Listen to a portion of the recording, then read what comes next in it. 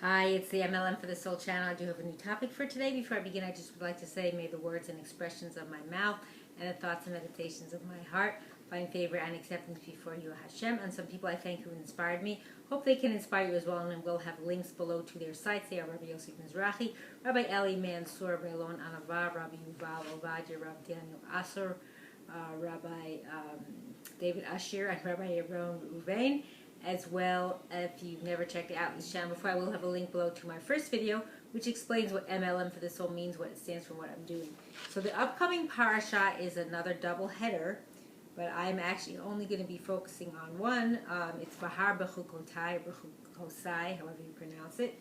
So this is going to be on Bahar, Parasha Bahar, and this is from the Insights, the weekly Parasha Insights for Rabbi Eli Mansour. I call this We Never Need to Worry. And you'll see why when I share this with you, and hopefully you don't. So Parasha Bahar discusses the fascinating mitzvah of Shemitah, which requires abstaining from all agricultural work in Eretz Yisrael every 7th year. Additionally, all produce that grows in the 7th year may not be harvested and stored by the owners and must instead be left for anybody who wishes to take it. The Torah anticipated that people might wonder how they could survive observing such a command. If you say, what shall we eat in the 7th year, given that we will not plant or collect our produce? That's in 25:20. So Hashem responds, I shall command my blessing for you in the 6th year, and the land shall yield produce for the 3 years. You will plant in the 8th year and feed off the old produce until the 9th year when its produce arrives, and that's 25, 21, and 22. That's Hashem's answer. So in other words, the Torah is telling the people, work less and you'll earn more. To put this into terms we can relate to, imagine a businessman closing his store for an entire year and being guaranteed he will earn greater profits this way. Business will be so good in the 6th year before the store closes for the 7th that the owner will be even better off by closing for the 7th year than if he would remain open for that year. Of course, no business consultant would ever recommend such a strategy for increasing revenue.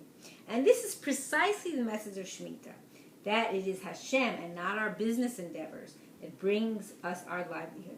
The Torah commands the people to do something that should, by natural causes, result in financial ruin, assuring them that it will bring them great prosperity instead, thereby reinforcing the belief that although we are required to work hard to earn a living, success of our work depends solely and entirely on Hashem, as it is He and only He who brings us our sustenance. We might ask, however, why does Hashem say in the verse cited above that He will, quote, command His blessing during the 6th year to sustain the people?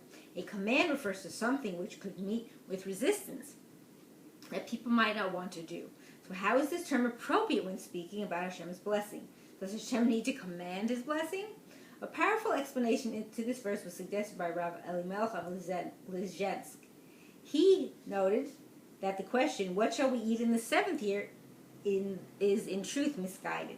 After all, Hashem fed Bnei Israel manna for 40 years in the desert when they had no fields at all and were completely incapable of producing their own food. He brought 10 miraculous plagues upon the Egyptians and split the sea to allow Bnei Israel to cross. For that matter, He created the universe. Is there any question that He could sustain us if we don't work the land once in 7 years? Compared to other things Hashem has done and does, this is no big deal at all. The farmer who asked, what shall we eat in the 7th year, should never have asked such a question, because it is obvious that Hashem can provide sustenance regardless of how much or how little the farmer works. And for this reason, Rav Elimelech explains, Hashem responded that He will, quote, command His blessing. Excuse me.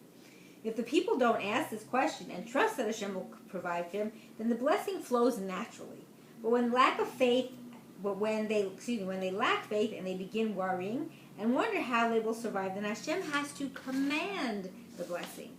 Anxiety about our livelihood causes a blockage in the pipelines of blessing, and thus Hashem needs to push His blessing through the blocked pipes.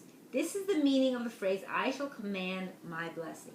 If we want the blessing to flow, we should place our full trust in the Almighty's ability and kindness. We must believe that He can and wants to care for us and support us, that we don't need to worry, that no matter what the circumstances are, He will provide our needs.